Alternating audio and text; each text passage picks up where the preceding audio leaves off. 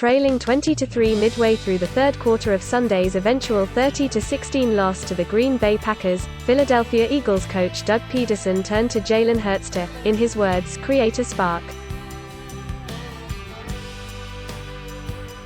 The spark will now set Philly ablaze with speculation about the future of Carson Wentz. The working theory has been that the selection of Hurts in the second round of April's draft sunk Wentz's confidence. Despite the $128 million extension signed last year, Wentz has played like someone with sapped self-assurance. The once-upon-a-time MVP candidate disagrees with that assessment. "No, I'm not the type to worry about and look over my shoulder or any of those things," Wentz said after Sunday's loss, via Pro Football Talk. "I think at the end of the day, I can play better. We can, as a team, and as an offense especially, play better. There's always going to be different things going on in the building or different chatter and all of that stuff. That's part of this business. That's what I signed up for. The scrutiny, the challenges, the adversity, all of it. I've got to handle it all, the good, bad and the ugly. Uglier it will become." Pederson benched Wentz at the 7:39 mark of the third quarter, inserting Hurts after 5 drives in which the incumbent netted a single field goal. Wentz completed 6 of 16 passes, 40%, for 79 yards passing, 3 yards per attempt and took 4 sacks. "I didn't know what the plan was fully," Wentz said of being replaced. "I was just told he was going in for the next play and the next series. I didn't really know what was going on there.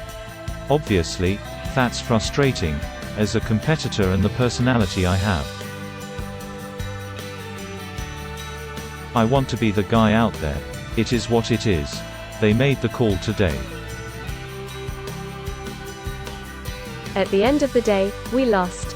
That's the most frustrating thing." Hurts provided said spark on his first drive, but a penalty scuttled the possession. His second drive ended with a TD pass.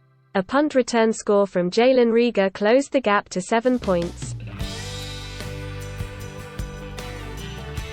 The Packers then closed the game with a touchdown and game-sealing int.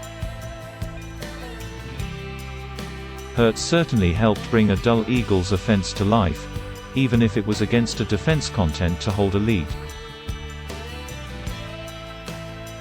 Pederson remained mum on who his quarterback would be moving forward.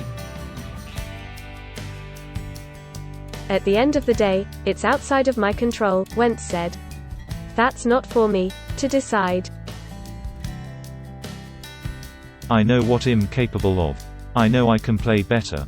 I have never doubted myself or lost my confidence in my abilities.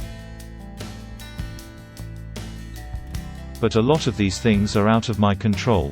It's been a far fall for Wentz since his 2017 knee injury, then a back issue, then playing with a dearth of weapons and a suck offensive line. His 2020 has been abominable. Wentz has lacked consistency, made awful decisions leading to a league-leading 15 INTs, held onto the ball much too long, allowing to some of his NFL high 50 sacks, 10 more than the next closest. H has played himself out of a job this season. With the Eagles on the hook for a nearly $35 million cap hit next year, the Eagles are in a tricky situation moving forward with a QB who has a bad case of the yips and a second-round pick waiting in the wings. With Pederson reportedly on the hot seat, and the Eagles falling further behind in the woeful NFC East, Philly's next move under center is anyone's best guess.